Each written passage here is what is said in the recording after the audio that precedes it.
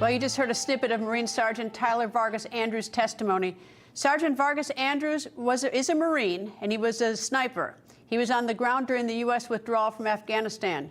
On August 26, 2021, at the Hamid Karzai International Airport, Sergeant Vargas Andrews was horribly and permanently injured when the suicide bomber ignited his vest.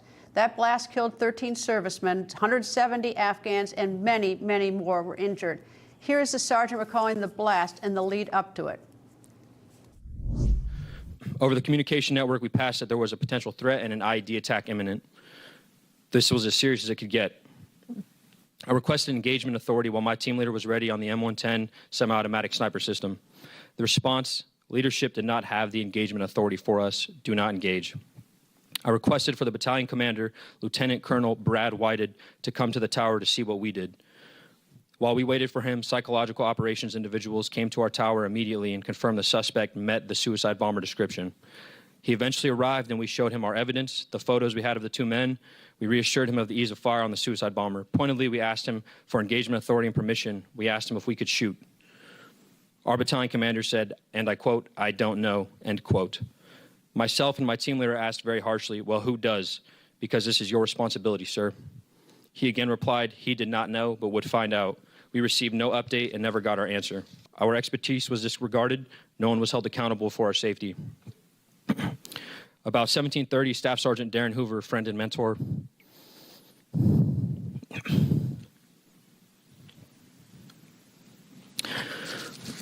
came to get me from the tower to go help find an Afghan interpreter in the crowd.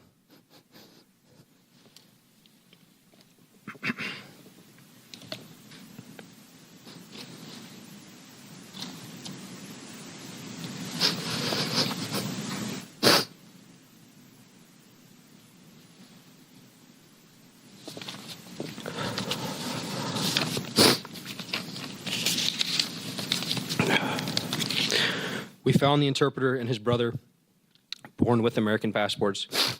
They told us of 5 family members still in the canal. I stayed there waiting for the family members standing against a 2-foot canal wall. 10 minutes passed. Then a flash and a massive wave of pressure. I'm thrown 12 feet onto the ground, but instantly knew what had happened. I opened my eyes to Marines dead or unconscious lying around me.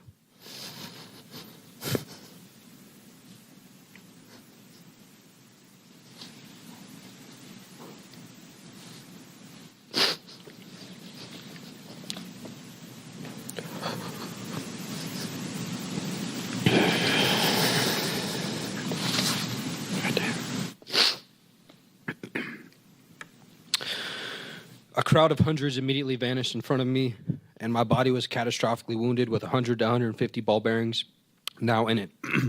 Almost immediately, we started taking fire from the neighborhood, and I saw how injured I was with my right arm, completely shredded and unusable. I saw my lower abdomen soaked in blood.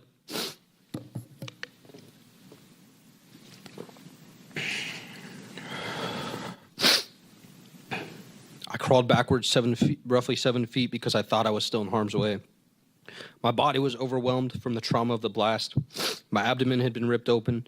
Every inch of my exposed body, except for my face, took ball bearings and shrapnel. I tried to get up but could not. Laying there for a few minutes, I started to lose consciousness when I heard Chaz, my team leader, screaming my name as he ran to me. His voice calling to me kept me awake. Sergeant Vargas Andrews also said that no one wanted his post-blast report.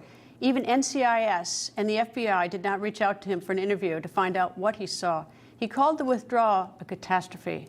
Earlier, I spoke to Congressman Michael McCaul. He's chairman of the House Foreign Affairs Committee. Mr. Chairman, nice to talk to you, sir. And we just heard from that Marine sergeant. And, you know, watching on television is so difficult. I imagine being in that room listening to him a few feet away was just horrifying for you. I have to say, it's one of the most powerful testimonies I've ever heard on Capitol Hill. The idea that he had the suicide bomber in his sights, but his commanding officer would not allow him to take out the imminent threat that he posed with the IED explosion that killed 13 servicemen and women, injured like 47 and killed over 100 people. Devastating testimony for the administration that this thing was so ill-prepared, ill-planned, and yet at Bolo, be on the lookout, went out for the suspect.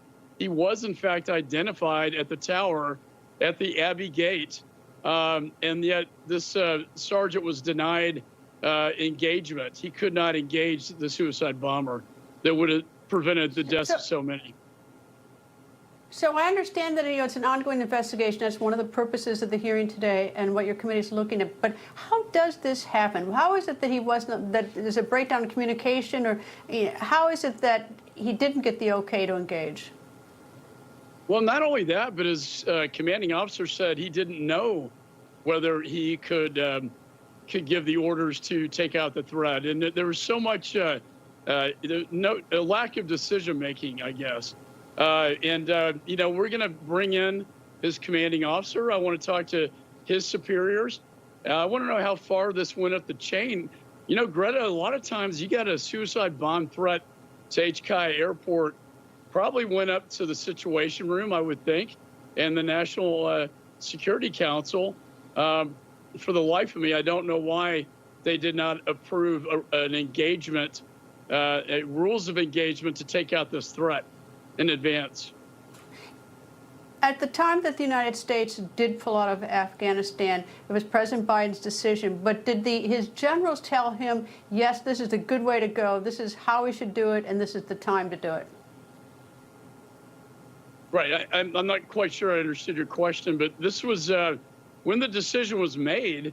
The problem is, whether you agree or disagree with getting out of Afghanistan, it was the way it was done. There was really no plan, and that was evident today. We had all these outside veteran groups that had to sort of stand up when the State Department fell down to take, these American citizens out of country. In addition, the Afghan partners got left behind, and all the women. And, in the military, no, you don't leave someone behind. No man, no one left behind is what they say. And yet, unfortunately, that day, so many were left behind to the demise of the Taliban. With the benefit of 2020 hindsight, is there a better way to leave? I mean, what could we have done? Because, we hear all the atrocities. The Taliban is back in full force. With the benefit of 2020, how should we have gotten out of there? Do you have any thoughts on that?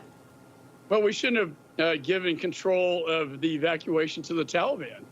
It would have been, honestly, General McKenzie, in our report, stated, as well as the special envoy to Afghanistan, the Taliban said, look, we don't want to have anything to do with this evacuation.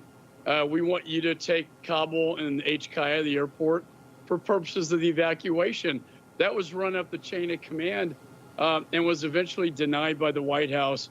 I think, Greta, that would have changed everything significantly, because once you put the Taliban in charge, you have chaos and death. And that's what we saw on that day at Abbey Gate when the suicide bomber blew up and killed so many people. Mr. Chairman, thank you very much, sir, and I'll continue to watch and monitor these hearings, because I think they're very important, so that we can see what happens, so that should we find ourselves similarly situated, we'll have a better exit strategy. Thank you, sir. Thank you, Greta. I appreciate it.